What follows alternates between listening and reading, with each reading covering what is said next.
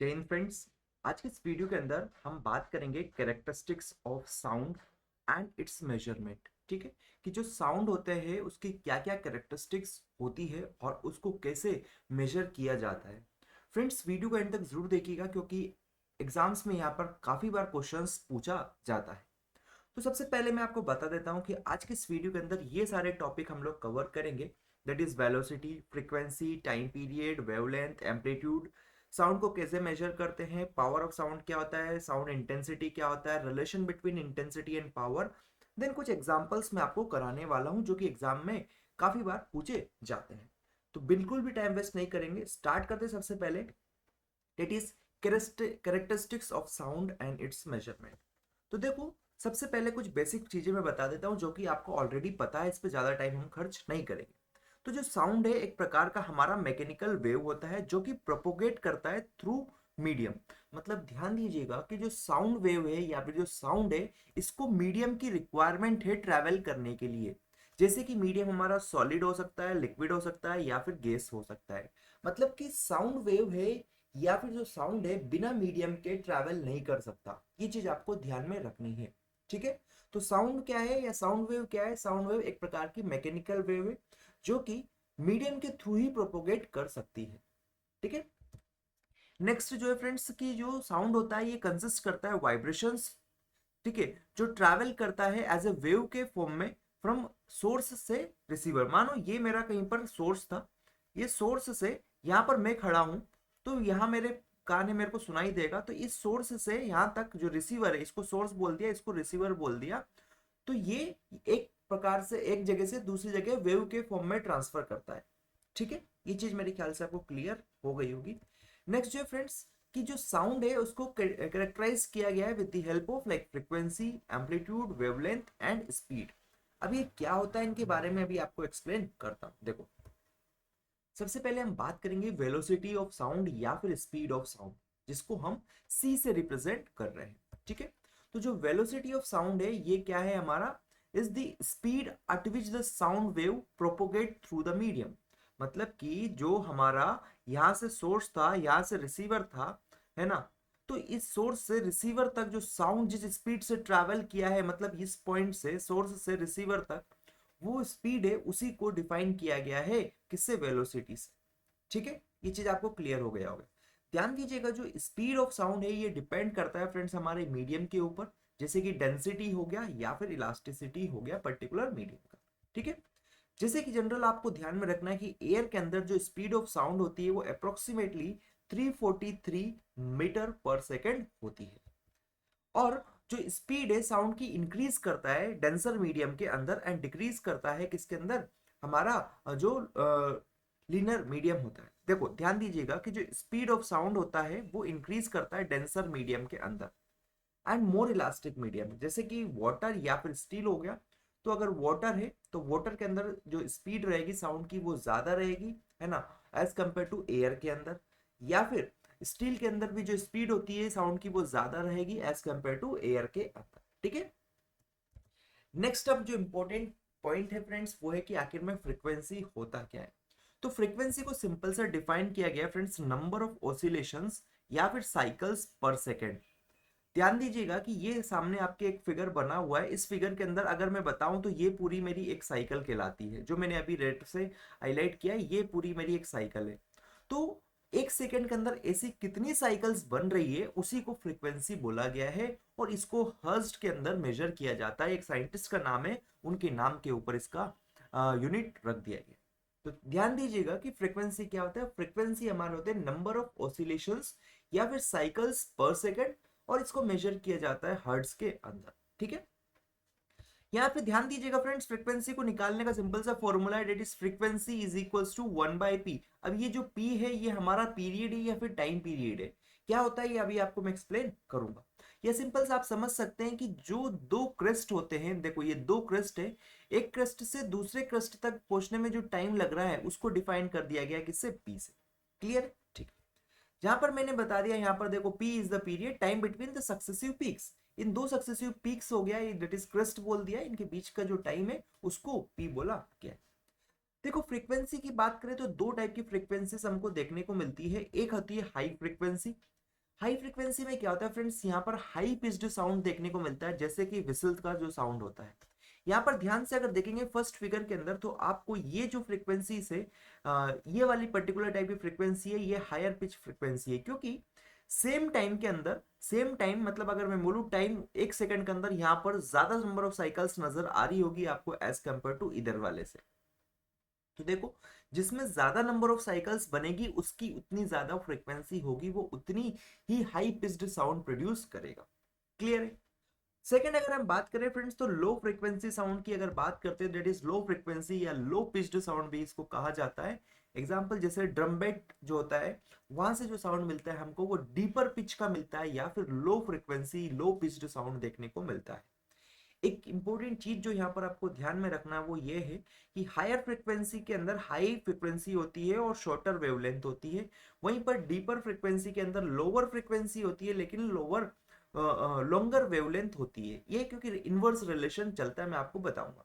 ठीक है, मेरे ख्याल से यहाँ तक की चीज क्लियर हो गई होगी। नेक्स्ट जो है फ्रेंड्स पीरियड, तो पीरियड मैंने आपको भी एक्सप्लेन कर दिया था। पीरियड क्या है कि time between two successive peaks और ट्रफ्स, मतलब ये मेरा सक्सेसिव पीक्स है जिनको क्रस्ट बोल रहे हैं, इनके बीच का जो टाइम लग रहा है, या फिर जो दो ट्रफ है, इन दो ट्रफ के बीच का जो टाइम लग रहा है उसी को क्या बोल दिया गया है, पीरियड बोल दिया गया है, पी। क्लियर है। फॉर्मूला आप देख सकते हैं, P is equals to 1 upon frequency होता है, ये दोनों आपस में ही ऊपर नीचे होते रहते हैं। ठीक है। नेक्स्ट जो है फ्रेंड्स वेवलेंथ, तो वेवलेंथ को सिंपल से डिफाइन किया गया है कि जो दो क्रस्ट होते हैं, इन क्रस्ट के बीच का जो डिस्टेंस है, ये डिस्टेंस जो है इसको वेवलेंथ बोला गया है, या फिर जो दो ट्रफ के बीच का जो डिस्टेंस है उसको भी वेवलेंथ बोला गया है। तो distance between two successive peak और trough of the wave. Clear हो गया। ठीक है। इसका जो फॉर्मूला है फ्रेंड्स की लेमडा से इसको रिप्रेजेंट किया जाता है C by frequency. That is C हमारा क्या है, वेलोसिटी ऑफ लाइट है, सॉरी वेलोसिटी ऑफ साउंड है, एंड एफ हमारा फ्रीक्वेंसी है। तो अगर आप इन दोनों का रेशियो ले देंगे तो यहां से आपको क्या मिल जाएगा, वेवलेंथ मिल जाएगा। ठीक है। यहाँ पर ध्यान दीजिएगा फ्रेंड्स, ये मैंने लिख दिया सी वेलोसिटी है। जो लॉन्गर वेवलेंथ होती है उसकी फ्रीक्वेंसी कम होगी। यहां से अगर आप देखेंगे, देखो C lambda is equal to C by F, तो जिसका वेवलेंथ ज्यादा होगा उसका फ्रीक्वेंसी कम होगा, क्योंकि ये वैल्यू हमारी क्या है, ये तो कांस्टेंट रहने वाली है किसी भी मीडियम के लिए। तो जैसे जैसे आपकी वेवलेंथ अगर बढ़ेगी तो आपकी फ्रीक्वेंसी वहां पर कम हो रही होगी, मतलब एक इनवर्स रिलेशन यहाँ पर देखने को मिल रहा होगा। ठीक है। देखो यहाँ पर ध्यान दीजिएगा, एम्पलीट्यूड क्या होता है, तो एम्पलीट्यूड जो हाइट है किसी भी पीक का, दैट इज ये जो क्रस्ट है, इस क्रस्ट का जो हाइट है हमारा इस एक्सिस से, इसको बोल दिया गया क्या, एम्पलीट्यूड। जैसे यहां पर भी आप देख सकते हैं, ये मेरा क्या हो गया, ये हो गया एम्पलीट्यूड। क्लियर है। अब ये एम्पलीट्यूड क्या रिप्रेजेंट करता है, ये रिप्रेजेंट करता है लाउडनेस और इंटेंसिटी को। ये चीज आपको ध्यान में रखना है, एग्जाम से पूछ लिया जाता है कि एम्पलीट्यूड क्या चीज को रिप्रेजेंट करता है, तो एम्पलीट्यूड रिप्रेजेंट्स लाउडनेस या फिर इंटेंसिटी। अब देखो फ्रेंड्स, यहाँ पर दो टाइप के एम्पलीट्यूड आपको देखने को मिल रहे हैं। एक होता है हमारा हायर एम्पलीट्यूड, ठीक है, दूसरा मेरा है यहाँ पर देखेंगे आप तो लोअर एम्पलीट्यूड। ठीक है। तो हायर एम्पलीट्यूड का मतलब क्या है, साउंड हमारा कैसा होगा, लाउडर होगा। जितना ज्यादा एम्पलीट्यूड होगा उतना साउंड हमारा कैसा होगा, लाउड होगा। क्लियर है। जितना छोटा एम्पलीट्यूड होगा उतना साउंड हमारा क्या होगा, स्लो होगा या कम होगा। ये चीज आपको क्लियर हो जानी चाहिए। तो देखो यहां से आप देखेंगे तो लाउडर के अंदर मतलब larger amplitude, that is more sound energy होता है, क्वाइटर बोल दो, या फिर लो एम्पलीट्यूड अगर होगा तो इसमें क्या होता है, स्मॉल एम्पलीट्यूड होता है। जैसे कि अगर इसको मैं A1 बोलता हूँ, इसको A2 बोलता हूँ, तो मेरा A2 ज्यादा है किससे, A1 से, डेट इज एम्पलीट्यूड। तो यहाँ पर लाउडनेस की अगर बात करेंगे तो लाउडनेस L2 की ज्यादा होगी किससे, L1 से। ठीक है। एनर्जी की अगर बात करेंगे तो यहाँ पर एनर्जी भी किसमें ज्यादा होगी, हमारा E2 में ज्यादा होगी as compare to energy of E1। ये चीज आपको पता होना चाहिए, एग्जाम्स में पूछ लिया जाता है। ठीक है। नेक्स्ट जो है इंपॉर्टेंट टॉपिक है, यहाँ से एग्जाम्स में काफी बार क्वेश्चन आते हैं कि मेजरिंग ऑफ साउंड। देखो, तो मेजरिंग ऑफ साउंड के लिए सबसे पहले हम बात करेंगे साउंड प्रेशर लेवल के फॉर्म में इसको मेजर किया जाता है। इट इज इसको रिप्रेजेंट करते हैं pressure fluctuation caused by sound wave. Sound wave के द्वारा जो प्रेशर फ्लक्चुएशन जो कोज किया जाता है उसको बोलते हैं क्या, एसपीएल। देखो यहाँ पर root mean square RMS pressure की बात करेंगे तो it is a measure of effective pressure of the sound wave. जो ये है रूट मीन आरएमएस वैल्यू जो है ये हमारा इफेक्टिव प्रेशर को मेजर करता है किसी भी साउंड वेव के, और इसको इस तरह से कैलकुलेट किया जाता है। फॉर्मूला आपको ध्यान में रख लेना है, जहां पर ये सारी चीजें आपको टी जो है हमारा टी एक प्रकार से क्या है, टी हमारा पीरियड है, इसको टी बोल दो या फिर पी बोल दो, ठीक है। ये चीज आपको क्लियर होना चाहिए, तो अभी एक्सप्लेन करूंगा इसके ऊपर में। और पीटी जो है हमारा इंस्टेंटेनियस साउंड प्रेशर होता है, ठीक है। तो जब आप इसको इंटीग्रेट करके इसका अंडर रूट ले देंगे तो यहाँ से जो वैल्यू मिलती है वो पी आर एम एस मिलती है ना, जिसको हम रूट मीन स्क्वायर प्रेशर कहते हैं। क्लियर। नेक्स्ट जो इंपॉर्टेंट है फ्रेंड्स वो है पावर ऑफ साउंड। तो पावर ऑफ साउंड जो ये क्या है, एक एनर्जी ट्रांसमिटेड है साउंड वेव के द्वारा in the direction of propagation. मानो साउंड वेव मेरा इस डायरेक्शन में प्रोपोगेट कर रहा था, ठीक है, तो इस डायरेक्शन में इसने कितनी एनर्जी को ट्रांसपोर्ट किया, ट्रांसफर किया, उसी चीज को क्या बोल रहे हैं, हाँ, पावर ऑफ साउंड। इसको मेजर किया जाता है वॉट के अंदर, एंड जो इसका ऐसा यूनिट है वो हमारा वॉट है। क्लियर है। ध्यान दीजिएगा कि जितना ज्यादा पावर होगा उतना ज्यादा लाउडर साउंड उसने एमिट किया। क्लियर है। साउंड इंटेंसिटी की बात करेंगे तो sound power averaged over time period per unit area normal to the direction of propagation, जिसको सिंपल सा I is equals to W that is power by area से यहाँ पर रिप्रेजेंट किया गया है। जहां पर देख सकते हैं W क्या है हमारा पावर, दैट इज एनर्जी पर second, area is the area, A is the area through which sound is transmitted, and इसका जो यूनिट हो जाएगा वो वॉट पर मीटर स्क्वायर हो जाएगा, क्योंकि ये हमारा किस में है, मीटर स्क्वायर में है, और ये मेरा वॉट के अंदर। ठीक है।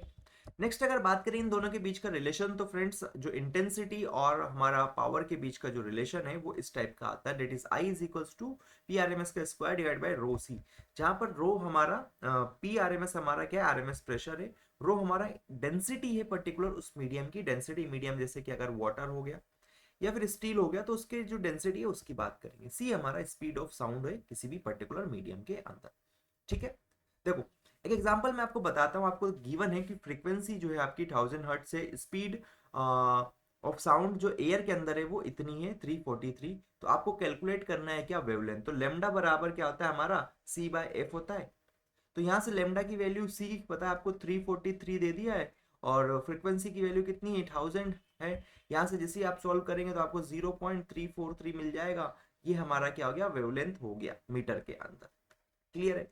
दूसरा एग्जांपल है, आपको इंटेंसिटी निकालने का बोल रहा है, ये सारी वैल्यूज दे दी है, डेट इज आरएमएस प्रेशर की वैल्यू दे दी, डेंसिटी दे दिया है। तो अभी मैंने आपको बताया इंटेंसिटी बराबर हमारा क्या होता है, पी आर एम एस का स्क्वायर डिवाइडेड बाय रो सी होता है। तो पी आर एम एस का स्क्वायर जो 0.2 का स्क्वायर कर दो, डेंसिटी जो भी यहाँ पर है डेट इज 1.2 इंटू 343। यहाँ से जैसे पुट करोगे आप तो आपको जो वैल्यू मिलेगी वो यहाँ से आपकी क्या जाएगी, इंटेंसिटी की वैल्यू आ जाएगी। मेरे ख्याल से यहाँ तक की चीजें क्लियर हो गई होगी आपको। तो समरी बता देता हूँ मैं इस वीडियो का, दैट इज जो साउंड है उसको कैरेक्टराइज किया जाता है frequency, amplitude and wavelength and power के द्वारा। ठीक है। और ये मेजर करता है like its measurement involves parameters like RMS pressure, intensity and the velocity. Understanding the properties of the sound wave helps in designing the noise control strategies and improving acoustical environments. तो I think ये सारी चीजें आपको clear हो गया होगा noise pollution से related. तो अगर वीडियो अच्छी लगी तो लाइक करें, शेयर करें। नेक्स्ट वीडियो के अंदर बात करेंगे फ्रेंड्स हम लोग लेवल ऑफ नॉइसेस की। तो इस वीडियो को आप देख सकते हैं, लिंक आपको आई बटन या फिर डिस्क्रिप्शन में दिया गया है। Thank you.